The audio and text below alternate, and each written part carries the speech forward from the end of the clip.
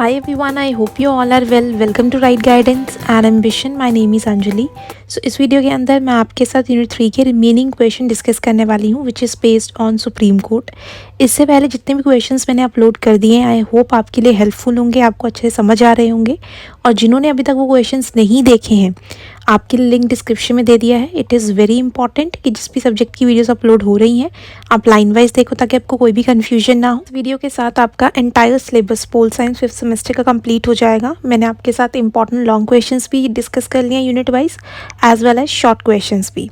Now without wasting more time, let's start with our topic. So question number 13, explain the characteristics, organization and composition of the American Supreme Court. सबसे पहले आपने लिखना है introduction. Because of federal form of government in America powerful and supreme judiciary was specially needed for. जैसे कि हमें पता है अमेरिकन कंट्री के अंदर फेडरल फॉर्म ऑफ गवर्नमेंट है, यानी कि पावर डिवाइडेड है central government and state government के बीच में, so that to avoid the conflict between the two governments वहाँ पर जुडिशरी जो है वो स्ट्रांग होनी चाहिए, पावरफुल होनी चाहिए उन दोनों गवर्नमेंट से। फर्स्ट पॉइंट है resolving dispute between centre and state. अगर सेंटर और स्टेट गवर्नमेंट्स के बीच में डिस्प्यूट होते हैं तो जुडिशरी के पास ये राइट है कि वो डिसीजन ले सकते हैं। Second, resolving mutual disputes among the states.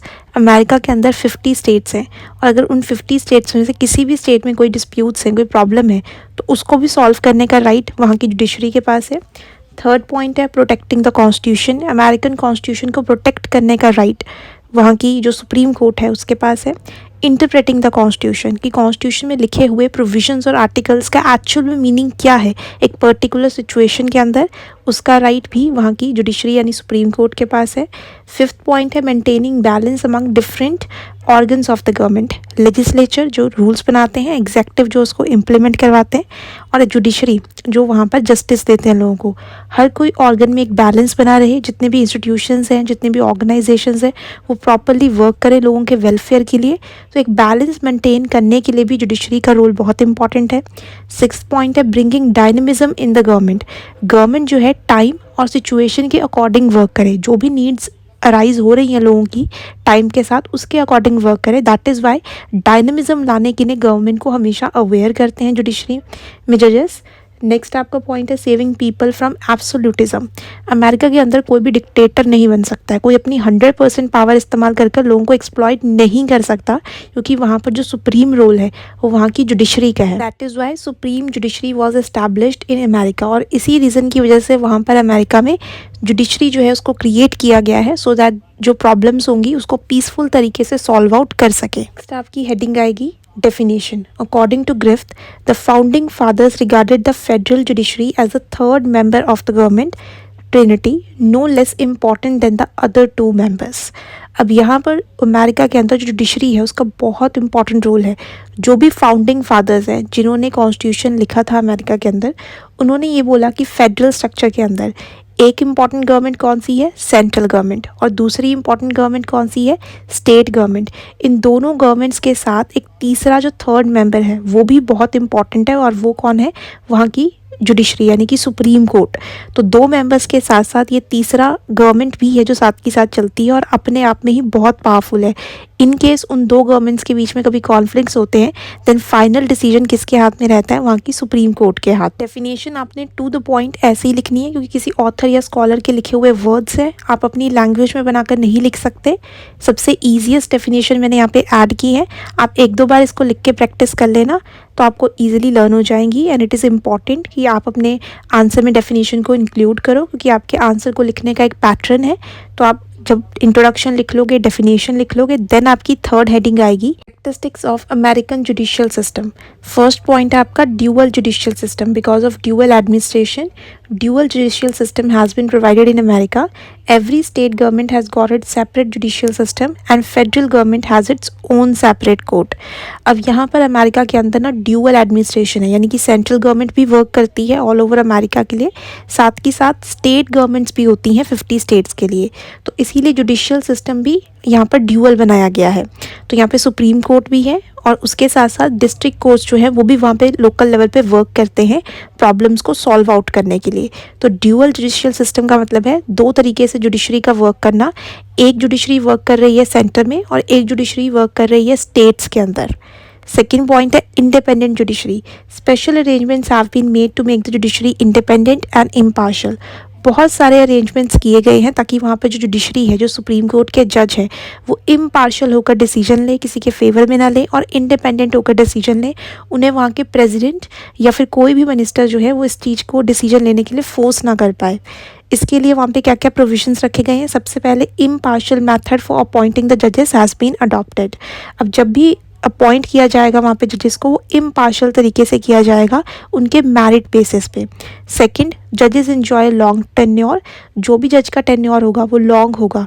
कोई भी वहाँ पे टेन्योर जो है जज का कम नहीं कर सकता है, तो वहाँ पे वो फोर्स नहीं कर सकते कि हम आपको आपके ऑफिस से रिमूव कर देंगे तो आप हमारे अकॉर्डिंग डिसीजन लो, क्योंकि वहाँ पे टेन्योर काफ़ी लॉन्ग होता है जजेस का।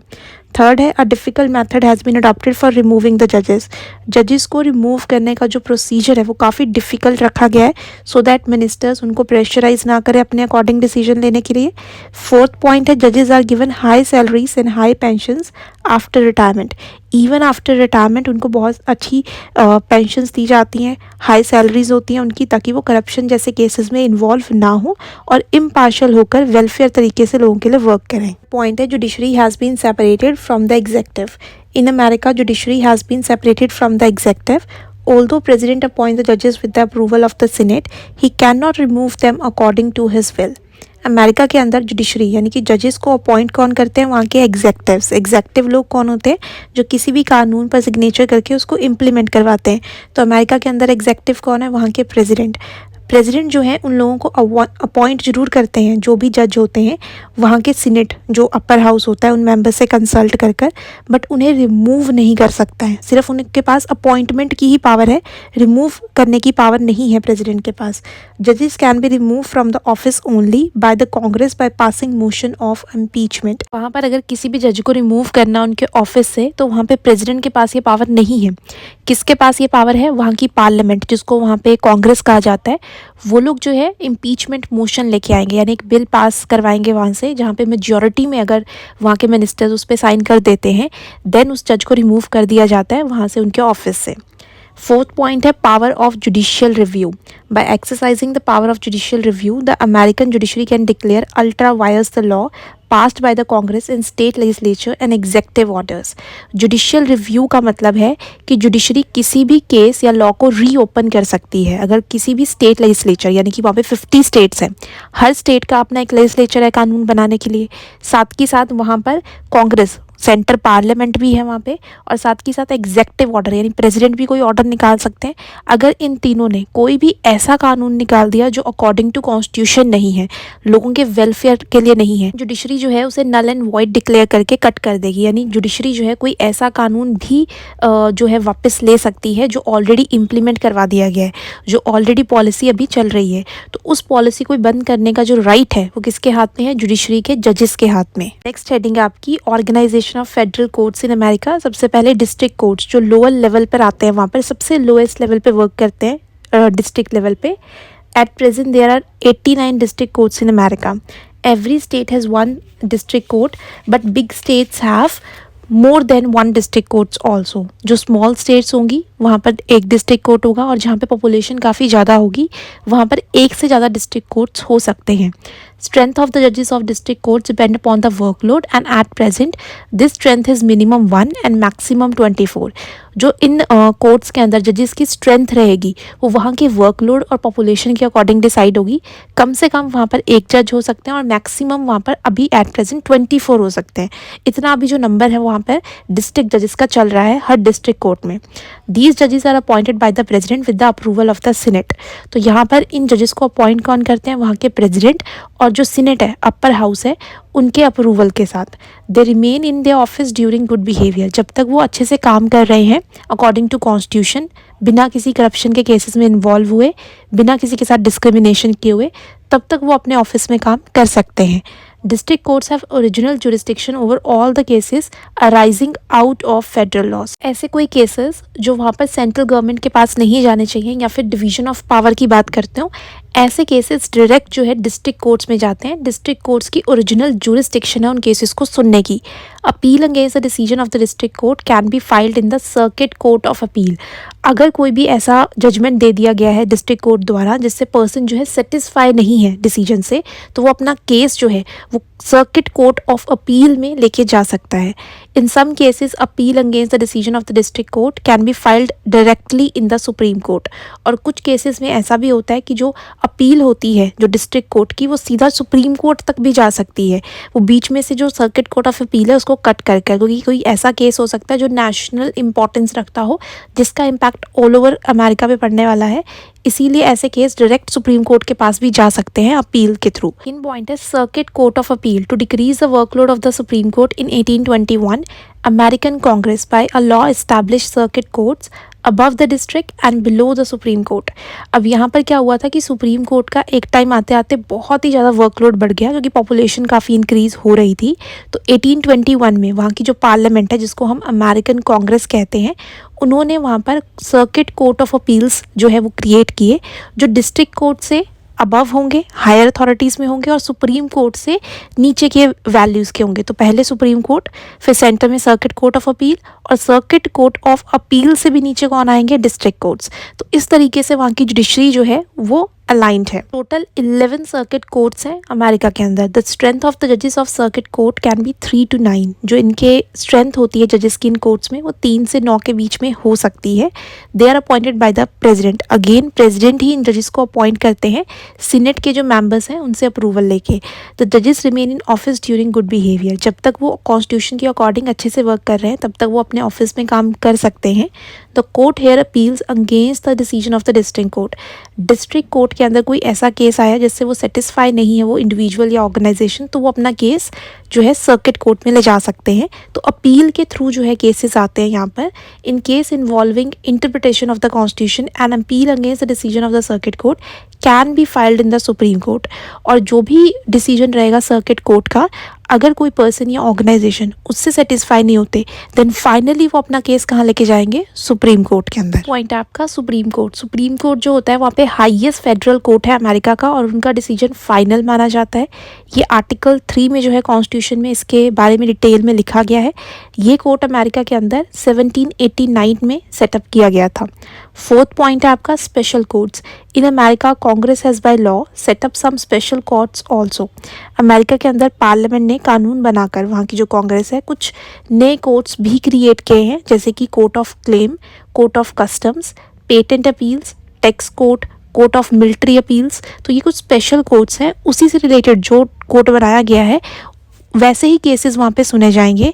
The organisation and power of these courts are fixed by the Congress by law. तो इन कोर्ट्स की कितनी पावर रहेगी, कितने जजेस रहेंगे, कौन सी इनकी जुरिस्डिक्शन है केसेस पे, ये सारी चीज़ें वहाँ की कांग्रेस जो है पार्लियामेंट वो डिसाइड करेगी। आपकी हेडिंग है composition of the supreme court. The strength of the जजेस of the supreme court is fixed by the Congress. तो वहाँ की पार्लियामेंट जो है वो स्ट्रेंथ डिसाइड करेगी कितने जजेस होने चाहिए सुप्रीम कोर्ट के अंदर। इन 1789 this strength was fixed at 1 chief justice and 5 other जजेस। जब इस सुप्रीम कोर्ट को सेटअप किया गया था उस टाइम पर वहाँ पर 1 चीफ जस्टिस और 5 अदर जजेस का प्रोविज़न रखा गया था। टाइम के साथ इनका जो नंबर है वो इंक्रीज़ कर दिया गया। 1807 में ये स्ट्रेंथ इंक्रीज़ की 7, और 1869 में ये स्ट्रेंथ इंक्रीज़ होके हो गई है 9। तो 1 चीफ जस्टिस है वहाँ पर जो मेन हेड है, और उसके अलावा 8 अदर जजेस हैं। तो इस तरीके से एट प्रेजेंट सुप्रीम कोर्ट में कितने जजेस होते हैं, टोटल 9 जजेस। पॉइंट है आपका अपॉइंटमेंट ऑफ जजेस। जजेस of the supreme court are appointed by president with the approval of the Senate. तो जजेस को वहाँ पे कौन अपॉइंट करते हैं, प्रेसिडेंट, किसके अप्रूवल के साथ, सीनेट मेंबर, जो वहाँ के अपर हाउस के मेंबर्स होते हैं। Sometimes Senate has refuse to give approval to the names proposed by the president. और ऐसा भी कई बार वहाँ पे देखा गया है कि जिस भी नाम को अप्रूव करते हैं प्रेसिडेंट, सीनेट के मेंबर्स उसे रिफ्यूज़ कर देते हैं अप्रूवल देने से। तो यानी कि it is also very important कि सीनेट के मेंबर्स अप्रूव करेंगे तभी जाकर उस जज को अपॉइंट कर सकते सकते हैं वहाँ पे प्रेजेंट। नेक्स्ट आपका पॉइंट है क्वालिफिकेशंस ऑफ द जजेस। American constitution does not make any mention about the qualification of जजेस। अमेरिकन कॉन्स्टिट्यूशन यानी संविधान में एक जज की क्या क्वालिफिकेशन होनी चाहिए बिल्कुल भी मेंशन नहीं है। So any person can be appointed as a जज ऑफ द सुप्रीम कोर्ट। तो कोई भी पर्सन जो है जज बन सकता है वहाँ पे सुप्रीम कोर्ट का। बट इन प्रैक्टिस अगर हम एक्चुअल में बात करें कौन पर्सन जो है वहाँ पे बनते हैं, only the person possessing high legal qualification. जिस पर्सन के पास लीगल क्वालिफिकेशंस होती हैं वही अपॉइंट किए जाते हैं जज के तौर पर। अदरवाइज कॉन्स्टिट्यूशन में नहीं लिखा है क्वालिफिकेशन होनी चाहिए एक पर्सन की। In spite of that many a times जजेस are appointed on political basis. और इसी वीकनेस का फ़ायदा उठाते हुए बहुत बार पॉलिटिकल बेसिस पे भी जज की अपॉइंटमेंट की जाती है। यानी कि कोई पॉलिटिकल पार्टी वो अपने फेवर के लिए उस पर्सन को जज बनाना चाहती हैं ताकि फ्यूचर में जाकर उनको बेनिफिट मिले। Beside all this, color religion of the person is also considered while appointing judges in America. इसके अलावा वहाँ पर जैसे कि आपको पता है वाइट्स एंड ब्लैक्स के बीच में बहुत ज़्यादा प्रॉब्लम है, तो इस चीज़ के बारे में भी ध्यान रखा जाता है। आई थिंक अमेरिका के अंदर 80% प्रोटेस्टेंट्स हैं और 20% कैथोलिक्स हैं। यानी कि जो क्रिश्चियनिटी है वो दो पार्ट्स में डिवाइडेड होते हैं, क्रिश्चियन लोग भी। तो वहाँ पे 80% प्रोटेस्टेंट है। तो पूरी कोशिश की जाती है कि प्रोटेस्टेंट जज ही वहाँ पर सुप्रीम कोर्ट पे आए और दूसरे वाइट जज ही आए, ब्लैक कोई जज ना आ पाए वहाँ पर।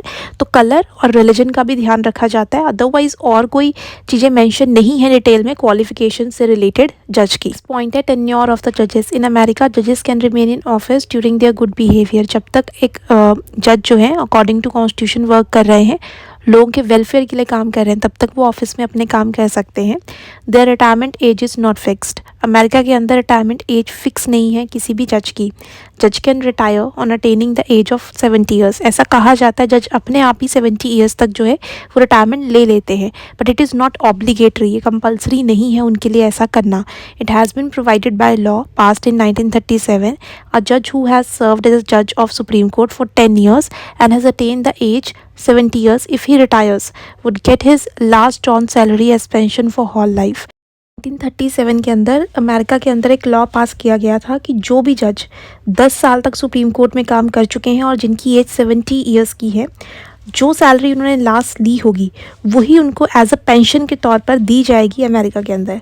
तो ये कानून इसलिए बनाया गया था ताकि सुप्रीम कोर्ट में जज जो है अपनी पोस्ट पे काम ना करते रहे, रिटायरमेंट ले ले 70 ईयर्स तक आते आते, ताकि न्यू जजेस को जो है मौका मिले और जो न्यू स्नैरियो है या न्यू कंडीशंस है उसके अकॉर्डिंग वो नए वाले जज वर्क कर पाएँ। ऐसा ना हो कि पुराने जज जो ऑर्थोडॉक्स या कंजर्वेटिव नेचर के वही वहाँ पर रहें सीट पर। चीज़ को चेंज करने के लिए वहाँ पर एक कानून लाया गया था 1937 के अंदर। This provision has made to get rid of very old जजेस। नेक्स्ट आपका पॉइंट है रिमूवल ऑफ द जजेस। Judges can be removed from office by the method of impeachment on the charges of corruption, misconduct and a serious offense. अगर America के अंदर किसी भी जज को रिमूव करना है तो उसके लिए इम्पीचमेंट मोशन लाया जाता है, यानी कि एक बिल लाया जाता है किसी भी हाउस में, दोनों हाउसेस में उसे पास करवाया जाता है मेजॉरिटी के साथ। अगर मिनिस्टर्स उस पर सिग्नेचर कर देते हैं देन उस जज को रिमूव किया जाता है। और किस ग्राउंड्स पर किया जा सकता है कि अगर उन्होंने करप्शन किया है, भ्रष्टाचार के मामले में, मिसकंडक्ट यानी किसी पर्सन के साथ डिस्क्रिमिनेशन किया है, इम्पार्शियल होकर डिसीजन दिया है, या कोई सीरियस ऑफेंस किया है, तो इन ग्राउंड्स पर जो है जज के खिलाफ एक्शन लिया जा सकता है। रिमूविंग अ जज charges are framed by the lower house, that is house of representative, and after the acceptance of the charges by the house with 2/3 majority the matter is referred to the senate. lower house जो होता है house of representative कहते हैं उसे America के अंदर, वहाँ पर जो है चार्जेस जो हैं वो लगाए जाते हैं किसी जज के खिलाफ। अगर वहाँ पे 2/3 मेजॉरिटी के साथ लोग जो है उस बिल को पास कर देते हैं देन वो सीनेट यानी अपर हाउस के पास भेजा जाता है। अपर हाउस सीनेट जो है उसको इन्वेस्टिगेट करते हैं कि जो भी चार्जेस वगैरह लगे हैं वो सही है या फिर नहीं है। उस पर कमेटीज़ भी बनाई जाती हैं। अगर वो लोग भी उसे 2/3 मेजॉरिटी से पास करवा देते हैं देन जज को रिमूव किया जाता है उनके ऑफिस से। पॉइंट है सैलरी ऑफ द जजेस। At present chief justice of Supreme Court gets an annual salary of $1,75,500। ये एनुअली उन्हें मिलती है सैलरी। और जो बाकी के जज होते हैं, जैसा कि अभी हमने डिस्कस भी किया था कि सुप्रीम कोर्ट के अंदर एक चीफ जस्टिस होते हैं और बाकी के 8 अदर जजेस होते हैं। तो एक जो चीफ जस्टिस है उनकी एनुअल सैलरी 1,71,500 है और जो बाकी के 8 अदर जजेस हैं उनकी सैलरी $1,64,100 है। अब यहाँ पर जो जजेस होते हैं इनको पेंशन भी मिलती है। अगर जो 8 जजेस हैं वो 15 ईयर्स तक उन्होंने सुप्रीम कोर्ट में काम किया है और वो रिटायरमेंट ले लेते हैं 65 की एज में, तो उन्हें जो है एज अ पेंशन उतनी ही सैलरी एनुअली दी जाती है। और जो चीफ जस्टिस होते हैं, अगर उन्होंने 10 ईयर्स काम किया सुप्रीम कोर्ट के अंदर और वो 70 ईयर्स के कंप्लीट होने तक जो है अपनी रिटायरमेंट ले लेते हैं, तो उनको भी एनुअली उतनी ही सैलरी दी जाती है हर साल। तो यहाँ पर कंफ्यूज मत होना, यहाँ पर चीफ जस्टिस जो मेन हेड है सुप्रीम कोर्ट के और बाकी के 8 अदर जजेस है उनकी बात की गई है। नेक्स्ट आपका पॉइंट है working of the supreme court. Regular session of the supreme court begins on first Monday of October every year and continues till mid June next year. तो रेगुलर जो सेशन होता है सुप्रीम कोर्ट का वो हर साल जो first Monday आता है अक्टूबर का उसमें स्टार्ट होता है और कब तक कंटिन्यू होता है वो सेशन, वो होता है जून के मिड में नेक्स्ट ईयर तक। तो 1 साल का जो वहाँ पर सेशन स्टार्ट होता है वो अक्टूबर से लेकर जून तक का माना जाता है। Necessary chief justice can convene it's special session, और अगर ज़रूरत पड़े तो वहाँ के जो चीफ जस्टिस है सुप्रीम कोर्ट के वो एक्सटेंड भी कर सकते हैं उस सेशन को। जिस hear cases on Tuesday, Wednesday, Thursday and Friday, तो वहाँ पर जजेस जो हैं वो इन 4 दिनों में केसेस सुनते हैं, देन कंसल्ट करते हैं बाकी के जजेस को, जजेस के साथ वो केसेस सैटरडे को और अपनी जजमेंट्स लिखते हैं और उस जजमेंट पे डिसीजन जो है डिलीवर करते हैं मंडे को। पॉइंट है क्वोरम। क्वोरम ऑफ 6 जजेस have been fixed for the meeting of the supreme Court, कि अगर सुप्रीम कोर्ट की कोई इंपॉर्टेंट मीटिंग है तो उसमें 6 जजेस का होना जो है वो इम्पॉर्टेंट है, सो दैट उसकी प्रोसीजर जो है, जो उसकी मीटिंग है वो उसको आगे बढ़ाया जा सके। जजेस who do not agree with the majority decision can give their dissenting judgement, और जो भी जज जो है वो मेजॉरिटी डिसीजन के साथ नहीं होते हैं वो अपना वहाँ पर जो है पॉइंट ऑफ व्यू पेश कर सकते हैं, और जो भी जजमेंट रहती है सुप्रीम कोर्ट की, ओपिनियन रहते हैं जजेस के, वो वहाँ पे पब्लिश किए जाते हैं वहाँ की गवर्नमेंट जनरल में, यानी कि वहाँ पे एक मैगजीन है जिसका नाम है यूनाइटेड स्टेट्स रिपोर्ट।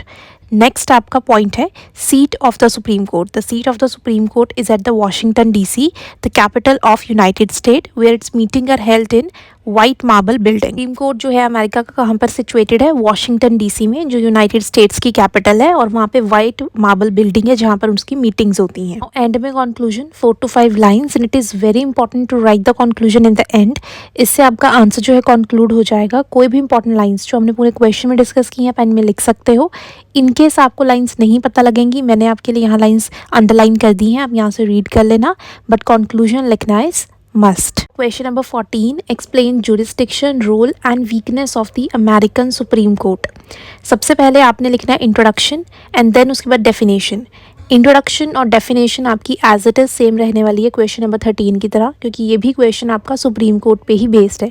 प्लीज़ सीधा पॉइंट्स लिखने स्टार्ट मत करना, पहले इंट्रोडक्शन एंड डेफिनेशन ऐड करने के बाद ही आपकी हेडिंग आएगी। Restriction and powers of the supreme court की जो पावर्स हैं सुप्रीम कोर्ट की वो 2 तरीके से डिवाइड हो सकती हैं, एक original jurisdiction and second is appellate jurisdiction. First है original jurisdiction. Original jurisdiction included cases which can taken directly to the supreme court, की ऐसे केसेस जिस पर सिर्फ और सिर्फ सुप्रीम कोर्ट ही डिसीजन ले सकते हैं, और ऐसे केसेस डायरेक्टली जाते भी सुप्रीम कोर्ट में ही हैं। For example cases involving ambassadors, consuls, ministers. तो हाई डिग्नेटरीज और जो ऑफिसर्स के मेंबर होते हैं उनके केसेस सिर्फ और सिर्फ सुप्रीम कोर्ट में ही जाते हैं। Second, cases involving federal government on the one hand and 1 to more state governments on the other. अगर कभी सेंट्रल गवर्नमेंट और स्टेट गवर्नमेंट्स के बीच में लड़ाई हो जाए, कॉन्फ्लिक्ट्स हो जाए, देन ऐसा केस सुप्रीम कोर्ट के पास जाता है। Cases involving 2 or more state, 2 या 3 स्टेट्स के बीच में कोई कॉन्फ्लिक्ट या प्रॉब्लम हो जाती है, देन ऐसा केस जो है सुप्रीम कोर्ट में जाता है। फोर्थ पॉइंट है cases involving United states of America on one hand and the foreign government on the other. अगर अमेरिकन कंट्री की किसी दूसरी कंट्री के साथ कोई कॉन्फ्लिक्ट्स हैं, कोई प्रॉब्लम है, देन ऐसा केस भी सुप्रीम कोर्ट के पास जाता है। Cases involving a state government on the one hand and the citizens of a state on the other, कि एक स्टेट गवर्नमेंट, जैसे अमेरिका के अंदर 50 स्टेट्स हैं, किसी स्टेट गवर्नमेंट ने कोई ऐसी कानून या पॉलिसी बनाई है जो लोगों को पसंद नहीं आ रही और लोग जो है इस चीज़ का रिवोल्ट कर रहे हैं और सड़कों पे उतर रहे हैं, तो उस चीज़ को रोकने के लिए भी कहीं ना कहीं सुप्रीम कोर्ट ही मेन डिसीजन लेते हैं, फाइनल अथॉरिटी उनकी रहती है। तो ये सारे केसेस में ओरिजिनल जुरिस्डिक्शन पावर किसकी है केसेस सुनने की? सुप्रीम कोर्ट की। सेकेंड पॉइंट है आपका appellate jurisdiction, appeal against the decision of the following 3 kinds of court can be filed in the supreme court. अब एपलेंट केसेस वो होते हैं जिसको हम अपील करके लेके जाते हैं वहाँ पर, वो पहले सुप्रीम कोर्ट में नहीं जाते, या तो वो कहाँ पे जाएंगे, पहले डिस्ट्रिक्ट कोर्ट में, या फिर कहाँ जाएंगे, सर्किट कोर्ट ऑफ अपील में। देन वहाँ से अपील कर कर हम लोग जो है उस केस को सुप्रीम कोर्ट में लेके जाते हैं। 3 कंडीशंस या कह सकते हैं ऐसे 3 सिचुएशंस हैं। सबसे पहला तो ये है कि जो स्टेट कोर्ट है, अमेरिका के अंदर 50 स्टेट है, हर स्टेट में स्टेट कोर्ट होता है, तो स्टेट कोर्ट जो भी कानून बनाते हैं वो इस तरीके से होने चाहिए ताकि सेंट्रल गवर्नमेंट की पॉलिसी से वो क्लैश ना करें, यानी कि उनको फेडरल कॉन्स्टिट्यूशन को ध्यान रखते हुए जो है पॉलिसी बनानी है। अगर कोई ऐसी पॉलिसी है जो सेंटर और स्टेट के बीच में प्रॉब्लम क्रिएट कर रही है, देन उसमें जो जुरिस्डिक्शन होती है वो किसकी है, सुप्रीम कोर्ट की। सुप्रीम कोर्ट अपील कर कर वो केस जो है अपने पास ट्रांसफर कर लेंगे। If a state law is challenge in the state court on the ground that the concern law violated the federal constitution, then the appeal against the judgement can be filed in the supreme Court. तो अगर कोई भी राज्य, यानी 50 states है वहाँ पर, कोई भी राज्य ऐसा कानून बना देता है जो फेडरल कॉन्स्टिट्यूशन के रूल्स रेगुलेशन को वायलेट कर रहा है, तो वहाँ पर मेन जुरिस्डिक्शन अब सुप्रीम कोर्ट की आती है। वो अपील कर कर जो है उसको केस को ट्रांसफ़र कर लेते हैं अपने पास। सेकेंड पॉइंट है appeals against the decision of district court. जैसे कि अभी पीछे भी हमने डिस्कस किया, 89 डिस्ट्रिक्ट कोर्ट्स है अमेरिका के अंदर। मेन वो अगर कोई ऐसा कानून बना देते हैं जो कॉन्स्टिट्यूशन के अकॉर्डिंग नहीं है, तो वहाँ पर मेन अथॉरिटी किसकी रहेगी, फिर सुप्रीम कोर्ट की। वो इस चीज़ में फिर इंटरफेयर करते हैं। थर्ड पॉइंट है appeal against the decision of the circuit court of appeal, but in many cases the decision given by the circuit court of appeals are final. बहुत बार ऐसा होता है जो सर्किट कोर्ट ऑफ अपील जो है judgement देते हैं वो फाइनल माना जाता है, बट बहुत सारे केसेस में अपील कर कर उनके केसेस को सुप्रीम कोर्ट में भी ले जाया जा सकता है। An appeal against the decision of the circuit court of appeal can be filed in the supreme Court in a case involving the question of interpretation of the constitution. Again अगर कोई भी ऐसा जजमेंट दे देते हैं circuit court of appeal के जज जो constitution के रूल्स रेगुलेशन को ब्रेक कर रहे हैं या फिर कॉन्स्टिट्यूशन के अकॉर्डिंग नहीं है, देन अगेन उस केस को जो है सुप्रीम कोर्ट में अपील करके ट्रांसफ़र किया जा सकता है। नेक्स्ट आपकी हेडिंग है role of the American supreme court. First है as final interpreter of the constitution. Constitution में प्रोविजंस जो लिखे गए हैं उनका एक्चुअल में मीनिंग क्या है, क्योंकि डिफरेंट केसेस और डिफरेंट सिनारियोज में बहुत सारे आर्टिकल्स के मीनिंग जो है जजेस के अकॉर्डिंग डिफरेंट निकलते हैं। तो एक्चुअल मीनिंग क्या है, उसका जो मेन इंटरप्रिटेशन है, मीनिंग जो है वो किसके हाथ में रहता है बताना, अमेरिकन सुप्रीम कोर्ट के। Court declared itself to be the final interpreter of the constitution, और जो भी जजमेंट वो बताएंगे या जो भी वो मीनिंग बताएंगे वो फाइनल माना जाता है। सेकेंड है protector of the constitution. Constitution has been declare to be the supreme law of the land and supreme court is the guardian of this supremacy. जो main law of the land है वहाँ पे क्या है, constitution, और constitution के according ही वहाँ पे सारे ऑर्गन्स और जो इंस्टीट्यूशंस है वो वर्क करेंगे, और उस चीज़ को प्रोटेक्ट करके रखने की जिम्मेदारी किसकी दी जाती है, सुप्रीम कोर्ट को। Today Supreme court can declare laws pass by the Congress and orders issued by the president null and void if they violate the constitution. तो सुप्रीम कोर्ट के पास ये पावर है कि कोई भी ऐसा कानून जो वहाँ की पार्लियामेंट यानी कांग्रेस पास करती है which is not according to the constitution, या फिर कोई प्रेसिडेंट ऐसा ऑर्डर इशू करते हैं which is not according to the rules and regulation of the constitution, तो सुप्रीम कोर्ट उसे नल एंड वॉइड डिक्लेयर कर सकते हैं। In America, the power of the judicial review has expanded to that much extent that now judges can reject even those laws which in their opinion do not conform to the spirit of the constitution. Even America में कोई भी ऐसा कानून जो implement हो चुका है, पास हो चुका है, इसको भी abolished किया जा सकता है by the Supreme Court if it is not according to the rules and regulation of the constitution. Third point है role in the development of the constitution. It is necessary to develop the constitution according to the times and circumstances.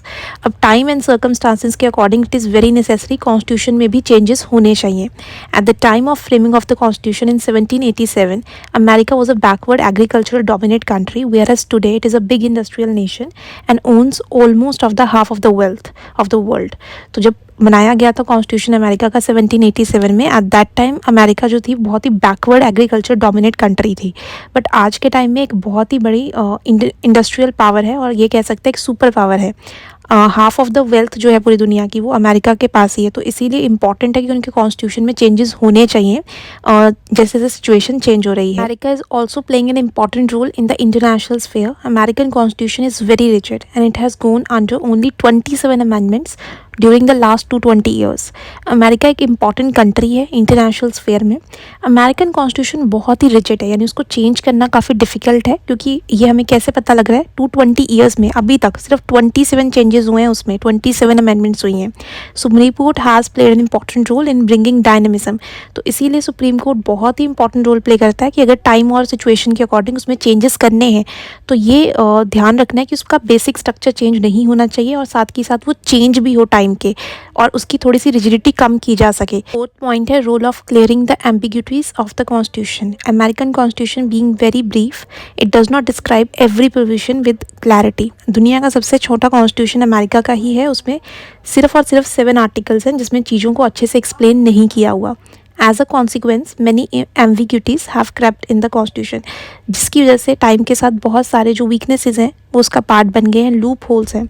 For example, Senate has made partner in the power of president to make higher appointment. Senate यानी कि जो upper house के members हैं वो president के साथ मिलकर higher appointments जो है वहाँ पर कर सकते हैं, बट कॉन्स्टिट्यूशन में ये बिल्कुल नहीं लिखा हुआ कि अगर उन हाई ऑफिसर्स को रिमूव करना है तो वहाँ पर जो पार्टनरशिप है सीनेट और प्रेसिडेंट की वो कैसी रहने वाली है।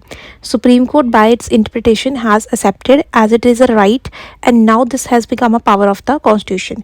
तो सुप्रीम कोर्ट ने ये जो इंटरप्रिटेट किया है कि कॉन्स्टिट्यूशन में इट इज़ नॉट रिटन, तो ये पावर जो है रिमूव करने की किसके हाथ में, सिर्फ प्रेसिडेंट के पास है।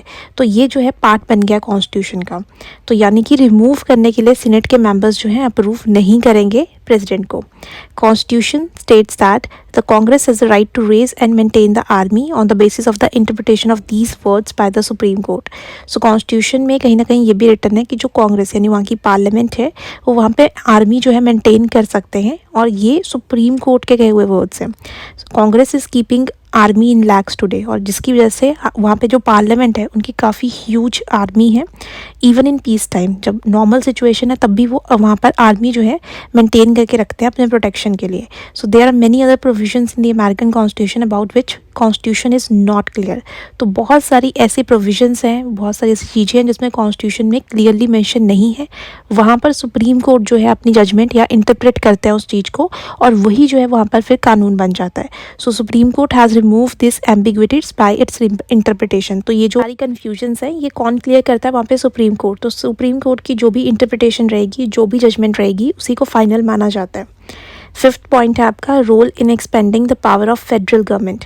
According to the constitution union was given less power as compare to the state.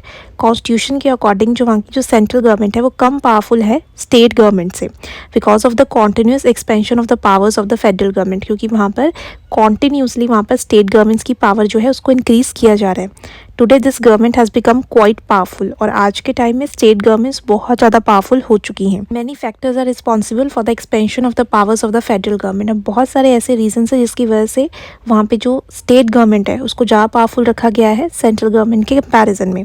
Out of all these factors the role played by the supreme court is very important, और उनमें से सबसे ज़्यादा इंपॉर्टेंट रोल सुप्रीम कोर्ट का ही है, क्योंकि supreme Court ने time to time जो है स्टेट गवर्नमेंट्स की पावर को इंक्रीज़ किया है।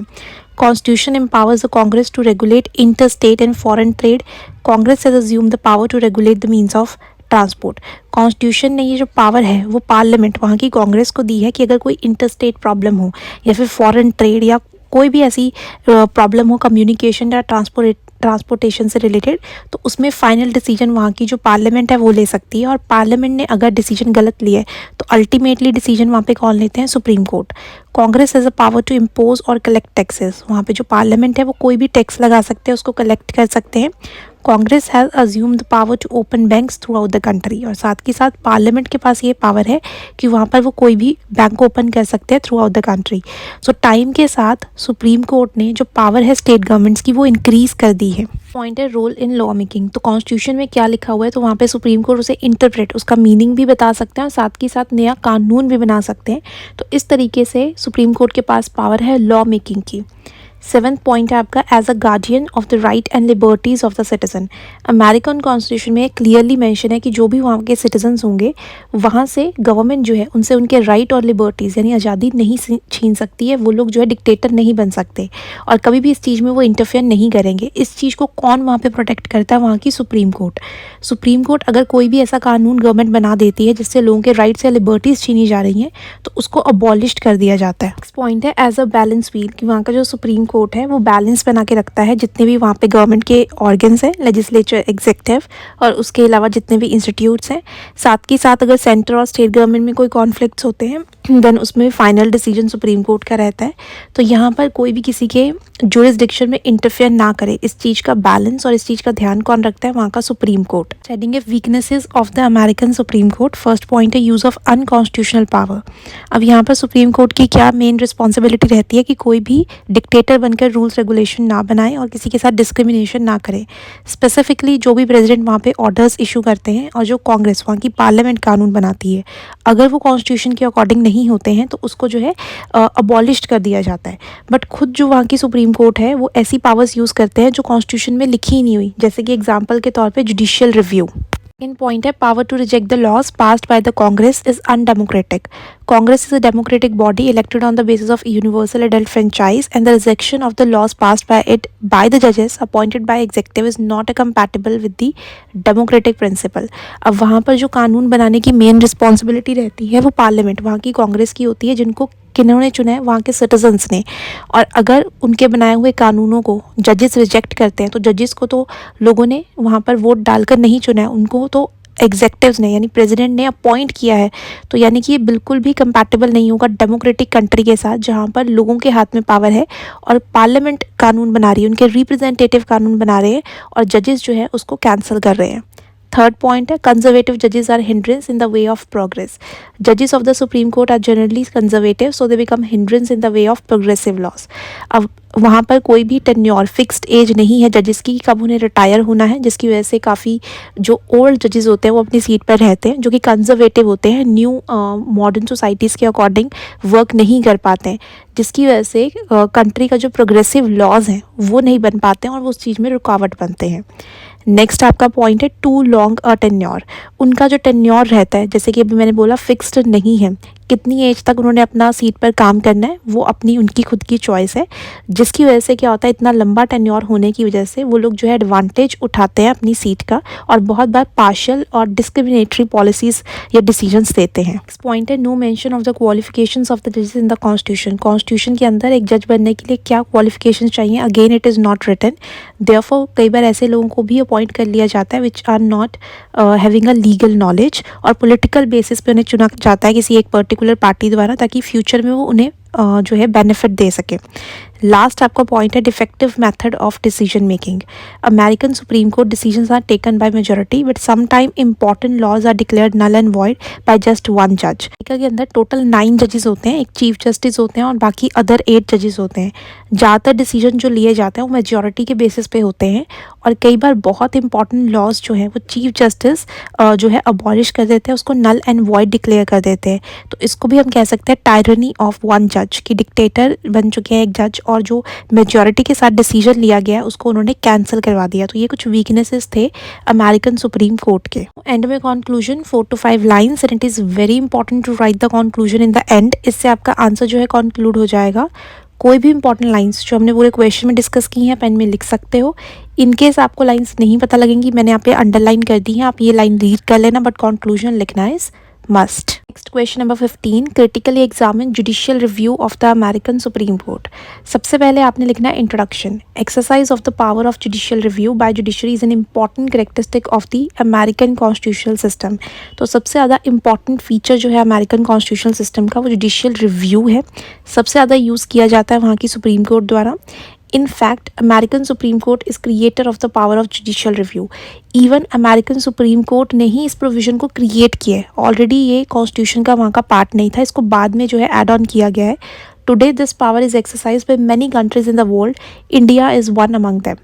आज के टाइम में दुनिया की बहुत सारी कंट्रीज़ जो है जुडिशियल रिव्यू के पावर को यूज़ कर रही हैं और इंडिया भी उनमें से एक है। नेक्स्ट आपकी हेडिंग आएगी meaning of judicial review. Supreme court examine laws passed by the Congress, state legislature and order issued by the federal and state executive to see whether they are in accordance with the constitution or not. सो यहाँ पे judicial review का मतलब है कि supreme court किसी भी कानून को जो पास करवाया गया है वहाँ की पार्लियामेंट यानी कि कांग्रेस द्वारा, स्टेट लेजिस्लेचर्स द्वारा या ऑर्डर इशू किया गया है प्रेसिडेंट द्वारा, तो उनको जो है रीओपन करके चेक कर सकते हैं कि वो जो कानून बना है वो अकॉर्डिंग टू कॉन्स्टिट्यूशन है या फिर नहीं है। If In Supreme Court's view, any one of these is not in accordance with any provision of the Constitution, then Supreme Court can declare such laws and executive order null and void and can reject them. अगर supreme Court को ऐसा लगता है कि कोई भी ऐसा कानून है जो कॉन्स्टिट्यूशन के अकॉर्डिंग नहीं बना है, तो उस लॉ को या फिर पॉलिसी को नल एंड वॉइड डिक्लेयर कर दिया जाएगा और रिजेक्ट कर दिया जाएगा सुप्रीम कोर्ट द्वारा।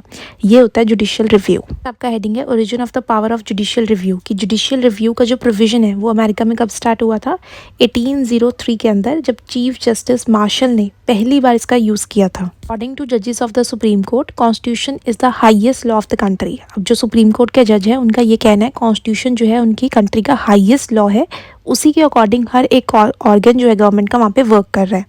All laws and treaties should be in conformity with the constitution. जितने भी कानून बनाए जा रहे हैं, एग्रीमेंट साइन हो रहे हैं, वो सारे के सारे कॉन्स्टिट्यूशन के अकॉर्डिंग ही होते हैं। Only those laws and order which shall be in conformity with the constitution shall be given the status of supreme law. सिर्फ उन्हीं कानूनों या ऑर्डर को माना जाएगा जो कॉन्स्टिट्यूशन के अकॉर्डिंग है और उनको स्टेटस दिया जाएगा सुप्रीम लॉ का। Supreme court is the guardian of the constitution and it has the power to examine all laws, orders and treaties. Supreme court जो है मेन प्रोटेक्टर है कॉन्स्टिट्यूशन का। अगर कोई भी ऐसा कानून आता है जो कॉन्स्टिट्यूशन के अकॉर्डिंग नहीं है, तो सुप्रीम कोर्ट के पास ये पावर है, उसको नल एंड वॉइड डिक्लेयर कर सकते हैं।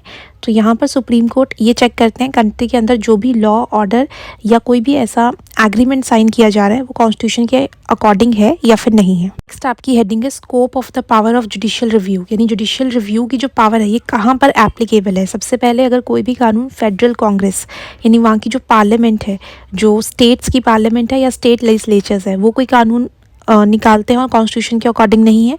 Second, constitutions of the state. America के अंदर 50 स्टेट्स है और हर स्टेट का अपना कॉन्स्टिट्यूशन है।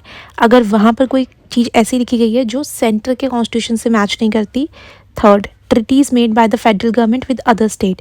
2 या 3 स्टेट्स जो हैं आपस में कोई ट्रिटी या एग्रीमेंट साइन कर रहे हैं और वो कॉन्स्टिट्यूशन के अकॉर्डिंग नहीं है। Fourth, executive order and ordinances issued by the federal and the state executive. अगर स्टेट एग्जेक्टिव्स या फेडरल गवर्नमेंट्स कोई भी ऐसा ऑर्डर इशू करते हैं जो कॉन्स्टिट्यूशन के अकॉर्डिंग नहीं है, तो इन 4 कंडीशंस में जो है जुडिशियल रिव्यू की पावर यूज़ करते हैं वहाँ पे supreme court. When the power of judicial review is exercised, कब ये जुडिशियल रिव्यू की पावर जो है सुप्रीम कोर्ट यूज़ कर सकते हैं। American judiciary does not automatically exercise the power of judicial review. तो अमेरिकन सुप्रीम कोर्ट अपने आप ये जुडिशियल रिव्यू का पावर यूज़ नहीं कर सकते। When a law and executive order is challenged before judiciary, only then judiciary exercises the power of judicial review. अगर कोई भी ऐसा कानून या एग्जेक्टिव ऑर्डर आता है जो जुडिशरी के सामने एज अ चैलेंज आता है, कोई भी केस फाइल करता है, पिटीशन फाइल करता है कोर्ट में जाकर, तब जो है वो इस पावर का यूज़ कर सकते हैं। अपने आप वो ऑटोमेटिकली किसी भी लॉ को रिवोक नहीं कर सकते। पॉइंट है utility and importance of judicial review. First point है check over the misuse of power. अगर वहाँ की जो पार्लियामेंट यानी कि कांग्रेस और स्टेट लेजिस्लेचर्स कोई ऐसा कानून पास करती हैं जो कॉन्स्टिट्यूशन के अकॉर्डिंग नहीं है, देन उसे supreme court null and void declare करेंगे। उन्हें पहले से ये चीज़ पता होती है, तो वो बहुत इस चीज़ का अच्छे से ध्यान रखते हैं कि जो भी प्रोविजन से नया कानून आ रहा है वो कॉन्स्टिट्यूशन के अकॉर्डिंग हो। और एग्जेक्टिव्स जो हैं अगर कोई भी ऑर्डर ऐसा इशू करते हैं जो कॉन्स्टिट्यूशन के अकॉर्डिंग नहीं है, देन उनके जो लॉज हैं उसको भी कैंसिल कर दिया जाता है। तो यानी कि कोई भी पर्सन जो है अपनी पावर का मिसयूज़ नहीं कर सकता है जब तक उन्हें पता है वहाँ पर जुडिशियल रिव्यू का प्रोविजन है। पॉइंट है protection of the supremacy of the constitution. In the absence of the power of judicial review, constitution would have become just a toy in the hands of the ruling party. So जो भी ruling party होगी, अगर constitution को change करना चाहें वो majority से वो कर सकते हैं। अगर वहाँ पे जुडिशियल रिव्यू का प्रोविज़न नहीं होगा तो कॉन्स्टिट्यूशन में चेंजेस कर कर उसे डिस्ट्रॉय कर कर वो ईजिली कानून बना सकते हैं। बट यहाँ पर अगेन वो ऐसा नहीं कर पाएंगे क्योंकि जुडिशियल रिव्यू वहाँ प्रेजेंट है। सुप्रीम कोर्ट किसी भी केस को रीओपन कर कर उसको नल एंड वॉइड डिक्लेयर कर देंगे अगर वो कॉन्स्टिट्यूशन के अकॉर्डिंग नहीं होगा। तो अगेन सुप्रीम कोर्ट यहाँ पर कॉन्स्टिट्यूशन को भी प्रोटेक्ट करते हैं। थर्ड पॉइंट है helpful in the growth of the constitution. Constitution को डायनेमिक बनाने में भी जुडिशरी का बहुत इंपॉर्टेंट रोल है। टाइम एंड सिचुएशन के अकॉर्डिंग बहुत सारी चीज़ें जो हैं उसमें चेंज करनी पड़ती हैं। तो यहाँ पर अगेन मेन राइट जो रहता है उसमें की चेंजेस किए हैं वो ठीक है या फिर गलत है, उसमें जुडिशरी ही इंपॉर्टेंट रोल प्ले करती है। फोर्थ पॉइंट है protection of the federal system. Federal system जिसके अंदर power is divided between the centre and the state government, जिसमें सेंट्रल गवर्नमेंट जो होती है वो स्टेट गवर्नमेंट के काम में इंटरफेयर ना करे और स्टेट गवर्नमेंट सेंट्रल गवर्नमेंट के काम में इंटरफेयर ना करें। That is Y judiciary create की जाती है और जुडिशरी ही प्रोटेक्ट करके रखती है फेडरल सिस्टम को। फिफ्थ पॉइंट है balance among different organs of the government. Judiciary keeps balances among the different organs of the government. अब गवर्नमेंट के अलग अलग अलग ऑर्गन्स होते हैं जो अलग अलग चीज़ों पे वर्क करते हैं, जैसे कि लेजिस्लेचर जो कानून बनाते हैं, एग्जेक्टिव जो उस पर साइन कर कर उसको इम्प्लीमेंट करवाते हैं। तो जितने भी ऑर्गन्स होते हैं गवर्नमेंट के वो प्रॉपरली वर्क करते रहें, उसके लिए जुडिशरी जो है एक प्रॉपर बैलेंस क्रिएट करके रखती है। अगर कोई डिक्टेटर बनने की कोशिश करता है उसकी पावर को डिक्रीज़ किया जाता है। 6th पॉइंट है प्रोटेक्शन ऑफ द राइट।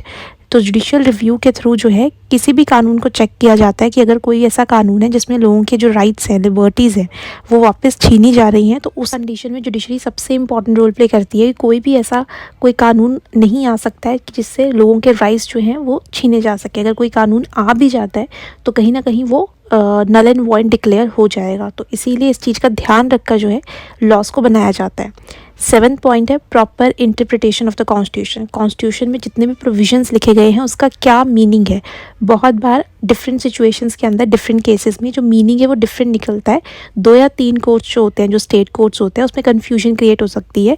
तो वहाँ पर सुप्रीम कोर्ट जो है देन फाइनल उसमें डिसीजन देते हैं कि इसका एक्चुअल मीनिंग क्या है प्रोविजंस का। तो इंटरप्रिटेशन, कॉन्स्टिट्यूशन में लिखी हुई चीज़ों का प्रॉपर और एग्जैक्ट मीनिंग क्या है, और इससे रिलेटेड जो भी डिस्प्यूट्स है जो स्टेट गवर्नमेंट्स के बीच में प्रॉब्लम हो रही है उसको सॉल्व आउट करना। नेक्स्ट आपकी हेडिंग है criticism of the judicial review. अब जुडिशियल रिव्यू को भी क्रिटिसाइज़ किया जाता है, इसमें कुछ नेगेटिव पॉइंट है। सबसे पहला पॉइंट है this power is unconstitutional. Actual में जुडिशियल रिव्यू की जो पावर है वो कॉन्स्टिट्यूशन में नहीं लिखी गई है। श्री ने ये पावर जुडिशियल रिव्यू की खुद क्रिएट की है टाइम के साथ, दैट इज़ वाई ये अनकॉन्स्टिट्यूशनल कही जाती है। सेकेंड पॉइंट है it is against democratic principle. The rejection of the laws made by the directly elected representative of people by the जजेस appointed by executive is just against the democratic principle. अब उन लोगों के कानूनों को reject किया जाता है जिनको लोगों ने वोट डालकर चुना है, और करते कौन लोग हैं? जजेस। जिनको लोगों ने अपॉइंट नहीं किया उनको एग्जेक्टिव्स ने अपॉइंट किया, यानी कि प्रेसिडेंट ने और मिनिस्टर्स ने अपॉइंट किया है।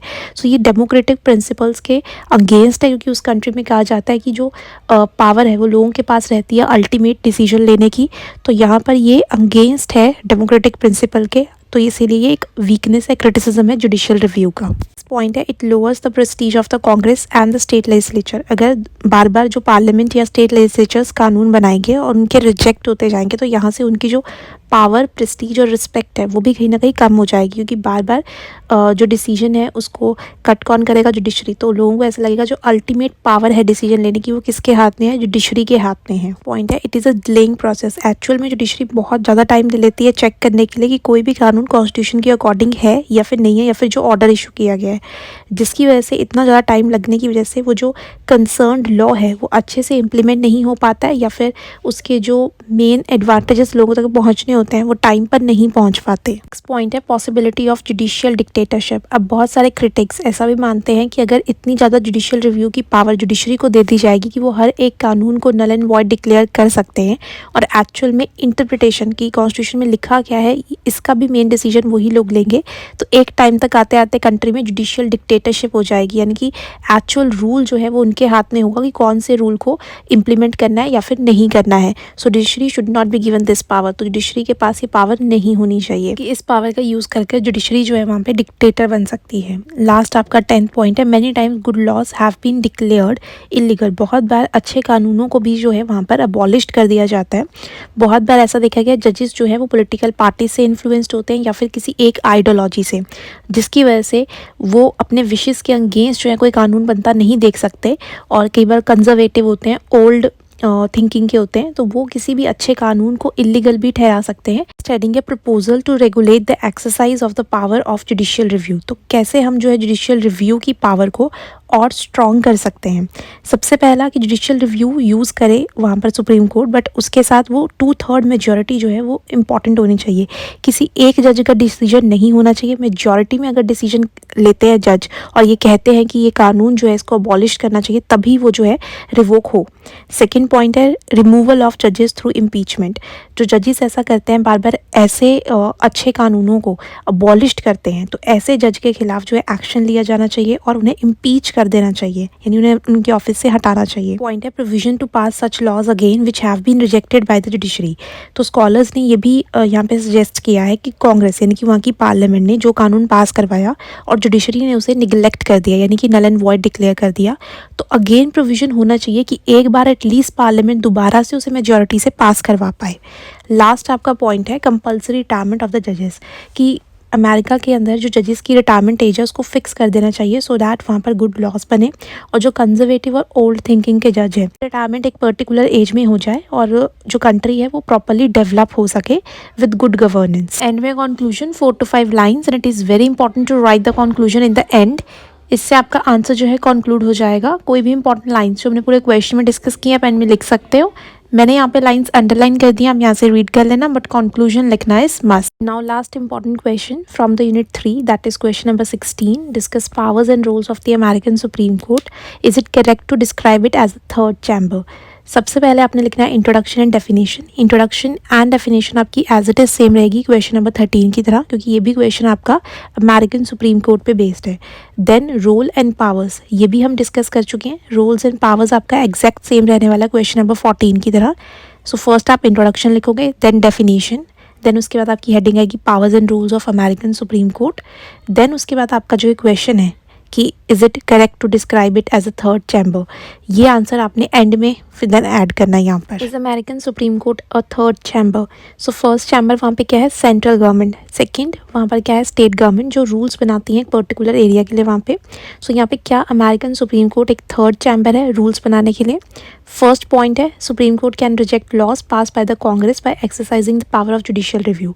वहाँ पे सुप्रीम कोर्ट के पास ये पावर है कि वहाँ की जो पार्लियामेंट यानी कि कांग्रेस जो भी रूल्स बनाएगी तो वो जुडिशियल रिव्यू का यूज़ कर कर उसे अबॉलिश कर सकते हैं। सेकेंड पॉइंट है what is the meaning of law in United states. United states के अंदर लॉ का क्या मीनिंग है, तो इस क्वेश्चन का आंसर सिर्फ वहाँ की सुप्रीम कोर्ट दे सकती है और उनका डिसीजन जो होगा वहाँ पे फाइनल होगा। थर्ड पॉइंट है American supreme court does not reject a law made by the Congress simply on the ground that it is not consonance with the provision of constitution. तो वहाँ की जो सुप्रीम कोर्ट है सिर्फ इसीलिए कोई भी कानून रिजेक्ट नहीं कर सकती कि वो कॉन्स्टिट्यूशन के प्रोविजंस के अकॉर्डिंग है।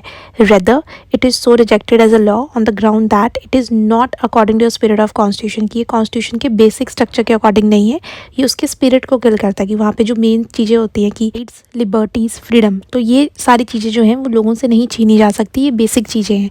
तो अगर इन चीज़ों के अगेंस्ट कोई भी लॉ निकलता है तो यहाँ पर वो नल एंड वॉइड डिक्लेयर किया जा सकता है सुप्रीम कोर्ट द्वारा। तो ये जितने भी आर्ग्यूमेंट्स हमने डिस्कस किए हैं तो यहाँ पर ये सुप्रीम कोर्ट जो है बहुत पावरफुल है, इसीलिए कुछ लोग जो है सुप्रीम कोर्ट को वहाँ पे थर्ड चैम्बर कहते हैं।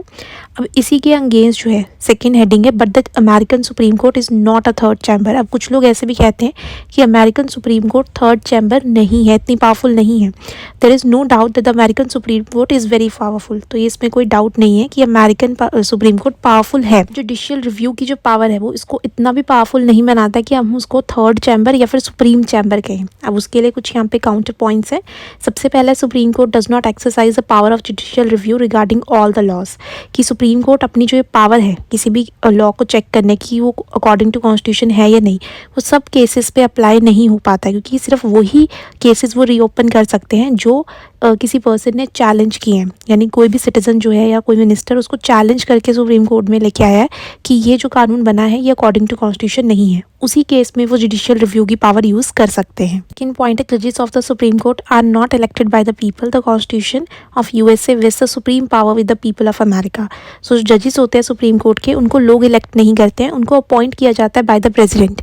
सो यहाँ पे कॉन्स्टिट्यूशन में तो ये लिखा है कि सुप्रीम पावर लोगों के हाथ में रहेगी। देयरफॉर द जजेस nominate by the adjective can not be given the status superior. तो जजेस को जो स्टेटस है सुपीरियर का कैसे मिल सकता है, जो रिप्रेजेंटेटिव्स हैं उनसे ऊपर। पॉइंट है जजेस of the supreme court can be remove by the Congress through impeachment, कि जो जजेस हैं वो सुप्रीम नहीं है क्योंकि उनको जो उनके ऑफिस से रिमूव किया जा सकता है, और कौन कर सकता है, जो रिप्रेजेंटेटिव्स हैं लोगों के, यानी कि कांग्रेस पार्लियामेंट जो है उन्हें रिमूव कर सकती है। पॉइंट है कि जो सुप्रीम कोर्ट है उसका क्या फंक्शन है कि आपने ये चेक करना है कोई भी कानून अकॉर्डिंग टू कॉन्स्टिट्यूशन है या नहीं, बट उनका ये मेन काम नहीं है कि उन्होंने नए लॉज बनाने हैं, उनका काम सिर्फ चेकिंग का है, लॉज बनाने का नहीं है।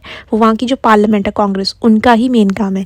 सो इन प्रोविजंस, इन सारे पॉइंट्स को देखकर हम ये कह सकते हैं कि वहाँ का जो अमेरिकन सुप्रीम कोर्ट है वो थर्ड चैम्बर या सुप्रीम पावर नहीं है। एंड में कंक्लूजन में आप ये लिख सकते हो कि जो अमेरिकन सुप्रीम कोर्ट है वो काफ़ी पावरफुल है, उसके पास जुडिशियल रिव्यू की पावर है, वो लॉज को चेक कर सकते हैं, कॉन्स्टिट्यूशन के प्रोटेक्टर होते हैं, फाइनल इंटरप्रिटेशन उनके हाथ में रहता है, सारे मेन डिसीजंस वो लेते हैं। यहाँ पर हम ये नहीं कह सकते कि जो सुप्रीम कोर्ट है वो थर्ड चैम्बर है, क्योंकि उसके पास एक्चुअल लॉ बनाने की पावर नहीं है। कंक्लूजन लिखना इज़ वेरी इंपॉर्टेंट, क्योंकि इससे आपका आंसर जो है कंक्लूड हो जाएगा। यहाँ पर मैंने लाइंस अंडरलाइन कर दी, आप एक बार रीडिंग दे लेना। I hope you will find this video informative and helpful. If you have any doubt related to this video or syllabus, please comment below.